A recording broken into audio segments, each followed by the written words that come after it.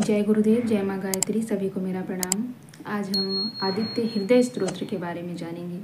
देखिए, ये आदित्य हृदय स्तोत्र एक बहुत ही महत्वपूर्ण और बहुत ही लाभप्रद सूर्य उपासना है। जो भी जिस मनोकामना से, जिस फल की इच्छा के लिए आदित्य हृदय स्तोत्र का पाठ करते हैं, उनको उस फल की प्राप्ति होती है। आदित्य हृदय स्तोत्र से आप बड़े बड़े फल प्राप्त कर सकते हैं। यह सविता देवता की एक आराधना है। जैसे आपको मैंने कितनी बार बताया है, बहुत से वीडियो में चर्चा की है कि जब रावण वध के लिए राम जी को शक्तियों की आवश्यकता थी, उसका नाश करने के लिए जब उनको अनेक प्रकार की शक्तियों की ज़रूरत थी, तब अगस्त ऋषि ने उन्हें सुझाव दिया था कि वो आदित्य हृदय स्तोत्र का पाठ करें, सविता की उपासना करें, और इसको करने के बाद उन्होंने रावण पर विजय प्राप्त की थी। तो इसका अर्थ है कि जिस भी क्षेत्र में आप विजय प्राप्त करना चाहते हैं, जिस क्षेत्र में आप अपने आप को विजय में करना चाहते हैं, उसके लिए आप आदित्य हृदय स्तोत्र का पाठ कर सकते हैं। जैसे बहुत से लोग बड़े बड़े एग्ज़ाम्स को क्लियर करने के लिए भी आदित्य हृदय स्तोत्र का अनुष्ठान पाठ पूजा पाठ करते हैं। बहुत से लोग अनेक प्रकार की इच्छाओं के लिए इसका पाठ करते हैं। कहने का अर्थ है कि जिस मन वांछित इच्छा के लिए आप आदित्य हृदय स्तोत्र का पाठ करना चाहते हैं, आप उसको कीजिए। लेकिन इसको करने के लिए आपको थोड़ा सा संकल्पित होना होगा। कुछ भी पाने के लिए हमें परिश्रम करना होता है, हमें ध्यान देना होता है कुछ बातों का। उन चीज़ों के बारे में आज हम यहाँ बात करेंगे। बड़ा कुछ पाने के लिए आपको बड़ी मेहनत करनी पड़ती है। जैसे जो कोई IAS PCS का एग्ज़ाम करता है, 18-18, 20-20 घंटे तक वो पढ़ता है, तब जाकर वो IAS PCS बन जाता है। तो बहुत से लोगों ने आदित्य हृदय स्तोत्र का पाठ करके IAS PCS की भी एग्ज़ाम्स को क्लियर किए हैं। कहने का अर्थ ये नहीं कि केवल आप आदित्य हृदय स्तोत्र का पाठ करेंगे तो आपको सब कुछ प्राप्त हो जाएगा, अपने आप सब कुछ हो जाएगा। नहीं, आपको अपने कर्म के साथ सविता की आराधना करनी है, सूर्य देवता की आराधना करनी है, तो आपको इसका लाभ अवश्य मिलता है। क्योंकि सविता की आराधना करने से हमारे अंदर ऊर्जा भर जाती है, शक्ति भर जाती है, सामर्थ्य उत्पन्न हो जाते हैं। इस वजह से जब हम सविता की आराधना के साथ किसी कर्म को करते हैं तो उस कर्म को फलित होने के चांसेस 100% होते हैं। इसीलिए कहते हैं कि सविता की आराधना जो भी करता है उसके लिए कुछ भी असंभव नहीं होता। जैसे कहते हैं गायत्री की जो भी साधना करता है उसके लिए कुछ असंभव नहीं होता। क्यों नहीं होता? क्योंकि गायत्री में हम सविता देवता की आराधना करते हैं। इसीलिए सविता देवता की जब आराधना करते हैं तो कोई भी फल प्राप्त कर सकते हैं और कुछ भी हमारे लिए नामुमकिन नहीं होता। क्यों? क्योंकि सविता को इस पूरी सृष्टि का, इस पूरे ब्रह्मांड का रक्षक कहा गया है, उसका प्राण कहा गया है, उसको चलाने वाला कहा गया है। तो जो पूरे ब्रह्मांड को चला रहा है, जो संपूर्ण संसार को चला रहा है, जब हम उसकी आराधना करते हैं तो वो हमारे जीवन की गाड़ी को भी चला सकते हैं। इस प्रकार से समझ लीजिए। तो इसलिए आदित्य हृदय स्तोत्र बहुत ही महत्वपूर्ण होता है, बहुत प्रभावशाली, बहुत शक्तिशाली एक सूर्य उपासना है, सविता की उपासना है, जिसको कि हम गायत्री मंत्र के साथ करते हैं। अब आप इसको सर्च कीजिएगा। यदि आपको मेरी बातों पे भरोसा नहीं तो आप आदित्य हृदय स्तोत्र सर्च कीजिएगा, आपको अनेकों इसके गुणगान मिल जाएंगे। और इस पाठ में भी उसी गुणगान को बताया गया है। जब आप इस पाठ को करेंगे तो आपको खुद ही समझ आएगा कि इस पाठ में क्या है, इसकी महत्ता क्या है, इसका महत्व किस प्रकार से हमारे जीवन में पड़ता है। तो इन चीज़ों को आप ध्यानपूर्वक जब करेंगे तो निश्चित लाभ मिलेगा आपको। आइए जानते हैं कि कुछ बातों का हमें ध्यान देना चाहिए। वो कौन कौन सी बातें हैं। सबसे पहले तो इसको पढ़ने में बहुत कम समय लगता है। ये हिंदी में भी उपलब्ध है और संस्कृत में भी उपलब्ध है। जिनको संस्कृत आती है संस्कृत में पढ़ लें, जिनको हिंदी आती है वो हिंदी में पढ़ लें, कोई समस्या नहीं है। अगर संस्कृत में पढ़ते हैं तो बहुत अच्छी बात है, परंतु यदि आपको संस्कृत नहीं आती है, पढ़ने में आपको समस्या है, तो आप हिंदी में भी इसका पाठ कर सकते हैं। दूसरी चीज़ है कि इसका पाठ आप सुबह के 7 बजे तक कीजिए, बहुत लाभ देगा। ब्रह्म मुहूर्त से लेकर सुबह के 7 बजे तक आपको इसको करना चाहिए। और इसके बाद आप जब भी पाठ करते हैं तो उस समय पीला वस्त्र धारण कीजिए। अगर आप पीला वस्त्र नहीं भी पहनते हैं, कोई भी वस्त्र आपने पहने, तो सबसे अच्छा हमारे पास पूज्य गुरुदेव ने ये दिया है, इसको आप ढक लीजिए। इसको ढकने के बाद इसके पहनने से आप ऊपर से नीचे पीले रंग के वस्त्रों से ढक जाएंगे। इसके बाद आपको पीले रंग का चंदन अपने मस्तक पर लगाना है और साथ ही साथ एक लोटे में जल रखना है जिसमें आप हल्दी डालेंगे। हल्दी यानी कि पीला जल आपका बन जाएगा। इसके साथ साथ जल में कुछ थोड़ा सा मीठा डाल दीजिए, या तो शक्कर डाल दीजिए, गुड़ डाल दीजिए, कोई भी एक मीठा पदार्थ डाल दीजिए। तो इतनी सारी चीज़ें हो गई, यानी कि पीले वस्त्र पहनने हैं, पीला चंदन लगाना है, जल में पीली हल्दी डालनी है, और इसके साथ साथ आपको ब्रह्म मुहूर्त से लेकर 7 बजे के बीच में इसका पाठ करना है और सूर्य को जल अर्पित कर देना है। 7 बजे यानी कि लास्ट 7 बजे तक बोला है मैंने। ब्रह्म मुहूर्त में आप 5 बजे 6 बजे देते हैं तो और भी उत्तम है। सूर्य उदय होने के साथ साथ देते हैं तो और भी उत्तम है। आपको जैसे सुविधा होती है आप वैसे कर लीजिएगा। अब बहुत से लोग बोलेंगे कि हम दिन में 11 बजे 10 बजे 12 बजे करेंगे। तो देखिए, यदि आपको कुछ महान चीज़ प्राप्त करना है तो आपको थोड़ा परिश्रम करना पड़ेगा। हर चीज़ आपके अनुसार चाहेंगे तो वो नहीं हो सकता है। कुछ सृष्टि के भी नियम हैं, कुछ सृष्टि के भी विधान हैं, तो हमें उसके हिसाब से भी चलना पड़ता है। इसके बाद जब भी हम कुछ ऐसा पाठ करते हैं, कुछ उपासना करते हैं, तो आपने देखा हो उसमें विनियोग होते हैं, ऋषि न्यास होते हैं, हृदय न्यास होते हैं। तो ये एक प्रक्रिया है जिसके द्वारा हम अपने आप को चारों तरफ से सुरक्षित करते हैं, अपने आप को शुद्ध करते हैं। और साथ ही साथ विनियोग में हम क्या करते हैं कि जो भी उस पाठ के रचयिता होते हैं, जो ऋषि मुनि होते हैं, जो देवता होते हैं, जिनकी हम आराधना करें, तो उसका एक विशेष संकल्प लेते हैं, तो उसको हम विनियोग कहते हैं। जैसे आदित्य हृदय स्तोत्र को अगस्त ऋषि ने बनाया है, उन्होंने इसका आविष्कार किया, उन्होंने इसका शुरुआत किया, ऐसा मान सकते हैं। तो हम उनको याद करते हैं, उनको याद करके अपने आप को चारों तरफ से सुरक्षित करते हैं। तो ये सारी प्रक्रिया हैं, मैं आपको यहाँ बता देती हूँ कि कैसे कैसे करना है। सबसे पहले तो उसमें आता है विनियोग। तो विनियोग मंत्र पढ़ के आपको जल अपने बाईं ओर छोड़नी है। जैसे आप ऐसे बैठे हैं, आप पढ़ रहे हैं, हाथ में जल ले लीजिए। इसके बाद आप विनियोग का मंत्र पढ़ लीजिए। विनियोग मंत्र पढ़ के जल को मस्तक से लगाकर आप उसको अपनी बाईं ओर छोड़ देंगे। तो ये हो जाता है विनियोग। इसके बाद आता है ऋषि न्यास। ऋषि न्यास में जो जो अंग बताए गए, जैसे हम गायत्री हवन करते समय, गायत्री जप करते समय न्यास करते हैं, तो न्यास के समय हम सारे अंगों को छूते हैं। ठीक उसी प्रकार से ऋषि न्यास में भी उन ऋषि के नाम के साथ साथ आपको उन अंगों के बारे में आपको बताया गया, उन अंगों को आपको स्पर्श करना है। जैसे ओम अगस्त ऋषिये नमः, ऋषि सिर को छुएंगे। अनुष्टुप छंद से नमः मुखे, आदित्य हृदय भूत ब्रह्म देवताभ्ये नमः हृदि, ओम बीजाय नमः गुह्य, ओम रश्मि मते शक्ते नमः पाद्य, ओम तत्सवितुर इत्यादि गायत्री कीलकाय नमः नाभो। इस तरह से आपको जिन जिन अंगों के बारे में बोला जाता है उन अंगों को स्पर्श करना है। इसके बाद आता है कर न्यास। कर न्यास में भी आपको मैं बता देती हूँ, हृदय आदि न्यास भी आपको बता देती हूँ कैसे करना है। कर न्यास में आपको करना है इस प्रकार से, आप अपने दोनों हाथों को रखेंगे। ओम रश्मि मते अंगुष्ठाभ्याम नमः, दोनों अंगुष्ठाओं को सटाना है। ओम समुद्धते तर्जनीभ्याम नमः, ओम देवासुर नमस्कृत्याय मध्यमाभ्याम नमः, ओम विवस्वते अनामिकाभ्याम नमः, ओम भास्कराय कनिष्ठिकाभ्याम नमः। ऐसे हो गया। इसके बाद है ओम भुवनेश्वराय करतल पृष्ठाभ्याम नमः। इसको ध्यानपूर्वक देख लीजिएगा, इस प्रकार से कर न्यास करना है। अब इसके साथ आता है हृदय आदि न्यास। इसमें भी फिर आपको जो जो अंग बताया जाता है उन अंगों को करना है।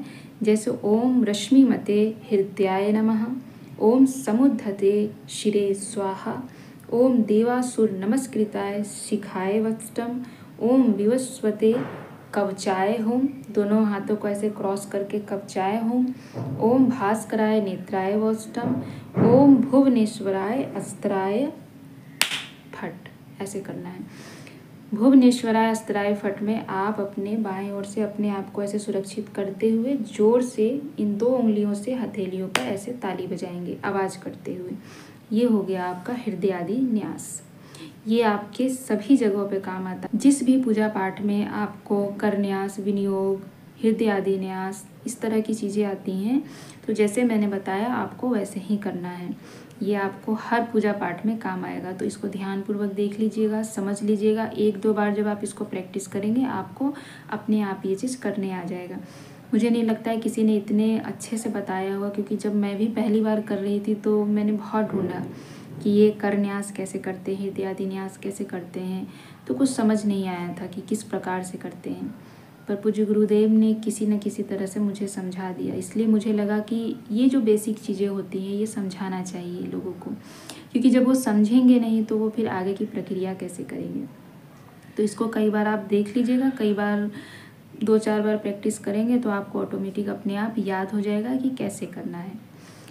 अब इसके बाद आता है, जब हम ये सारी चीज़ें कर लेते हैं, हमने उस ऋषि को, उस देवता को याद कर लिया, इसके बाद हमने अपने आप को चारों तरफ से सुरक्षित कर लिया। अब इसके बाद आता है गायत्री मंत्र का जप। जी हाँ, हृदय आदि स्तोत्र में हम गायत्री मंत्र का जप करते हैं।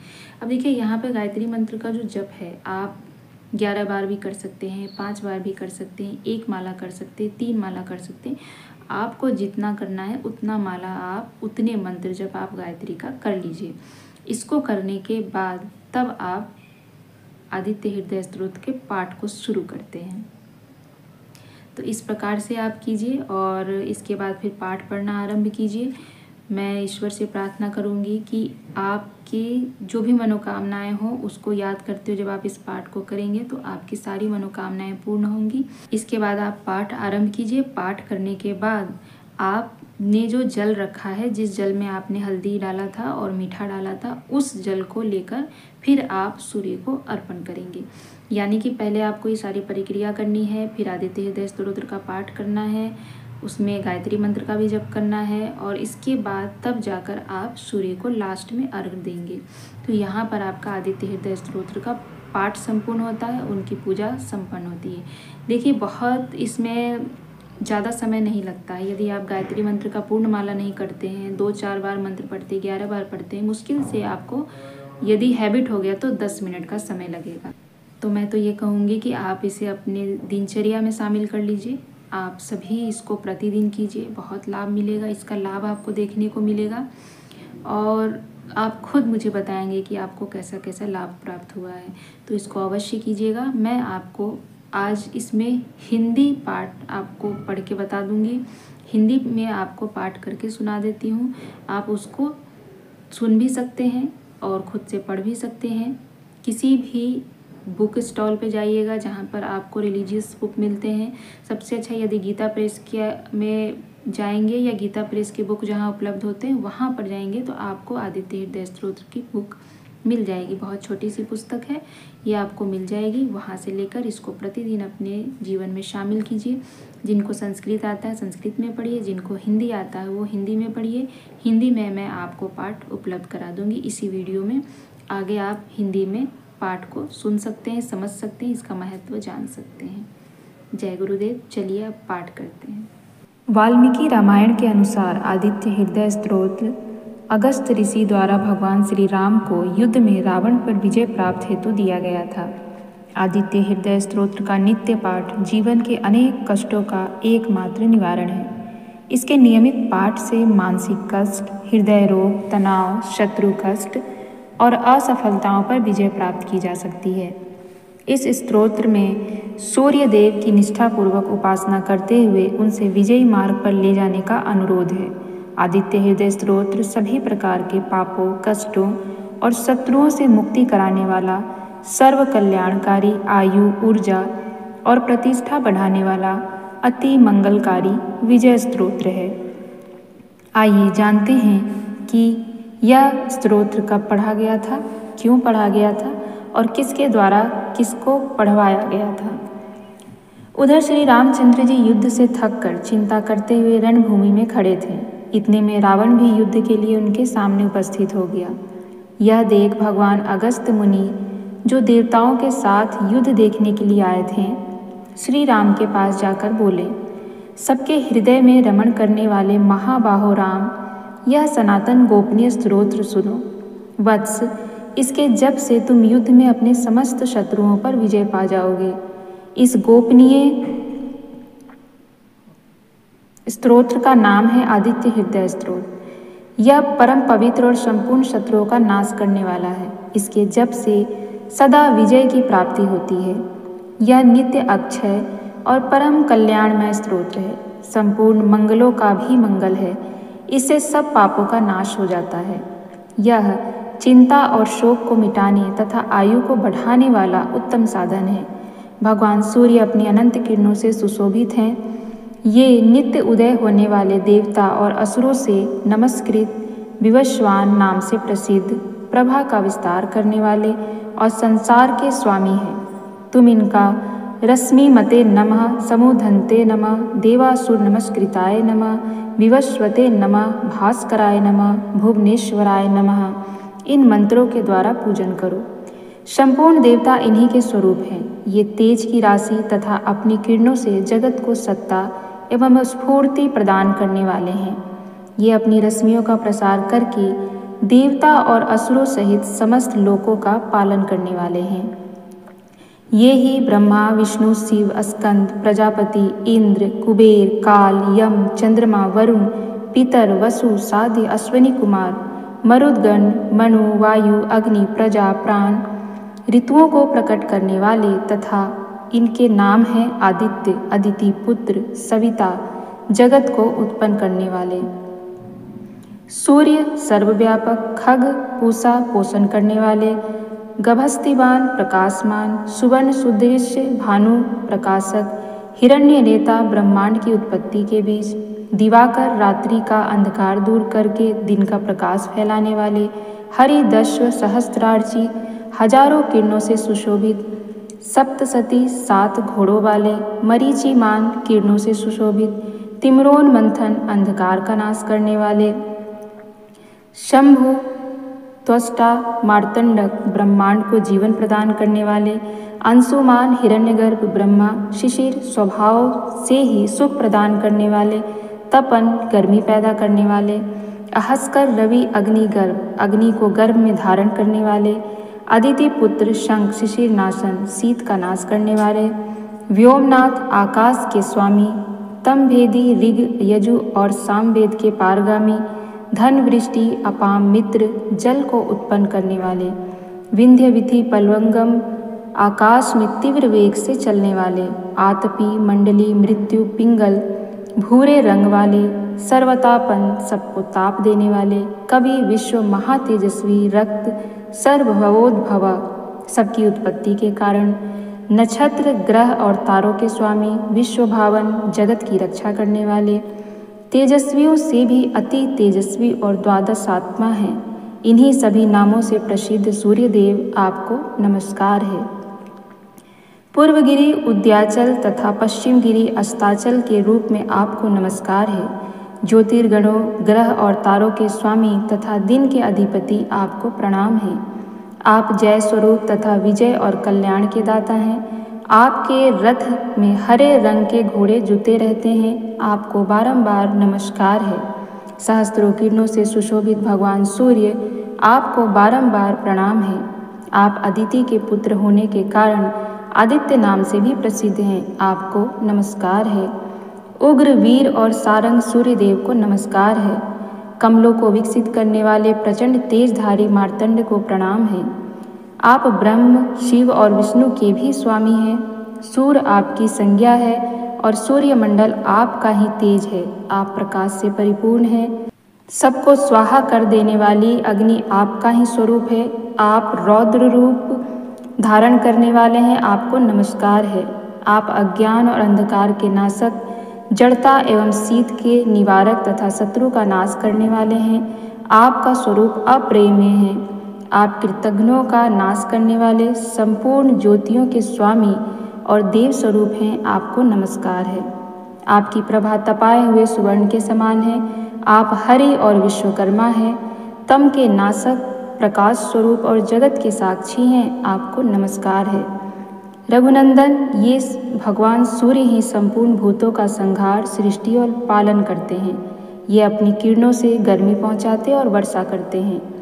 ये सब भूतों में अंतर्यामी रूप से स्थित होकर उनके सो जाने पर भी जागते रहते हैं। ये ही अग्निहोत्र तथा अग्निहोत्री पुरुषों को मिलने वाले फल हैं। देवता यज्ञ और यज्ञों के फल भी ये ही हैं। संपूर्ण लोकों में जितनी क्रियाएं होती हैं उन सब का फल देने में ये ही पूर्ण समर्थ हैं। राघव, विपत्ति में, कष्ट में, दुर्गम मार्ग में तथा और किसी भय के अवसर पर जो कोई पुरुष इन सूर्य देव का कीर्तन करता है उसे दुख नहीं भोगना पड़ता। इसीलिए तुम एकाग्र चित्त होकर इस देवाधिदेव जगदीश्वर की पूजा करो। इस आदित्य हृदय का 3 बार जप करने से तुम युद्ध में विजय पाओगे। महाबाहो, तुम इसी क्षण रावण का वध कर सकोगे। यह कहकर अगस्त्य जी ने जैसे आए थे वैसे चले गए। उनका उपदेश सुनकर महातेजस्वी श्री रामचंद्र जी का शोक दूर हो गया। उन्होंने प्रसन्न होकर शुद्ध चित्त से आदित्य हृदय को धारण किया और 3 बार आचमन करके शुद्ध हो भगवान सूर्य की ओर देखते हुए इसका 3 बार जप किया। इससे उन्हें बड़ा हर्ष हुआ। फिर परम पराक्रमी रघुनाथ जी ने धनुष उठाकर रावण की ओर देखा और उत्साहपूर्वक विजय पाने के लिए वे आगे बढ़े। उन्होंने पूरा प्रयत्न करके रावण के वध का निश्चय किया। उस समय देवताओं के मध्य में खड़े हुए भगवान सूर्य ने प्रसन्न होकर श्री रामचंद्र जी की ओर देखा और निशाच राज रावण के विनाश का समय निकट जानकर हर्षपूर्वक कहा, रघुनंदन अब जल्दी करो। इस प्रकार भगवान सूर्य की प्रशंसा में कहा गया और वाल्मीकि रामायण के युद्ध कांड में वर्णित यह आदित्य हृदय मंत्र यहीं पर संपन्न होता है।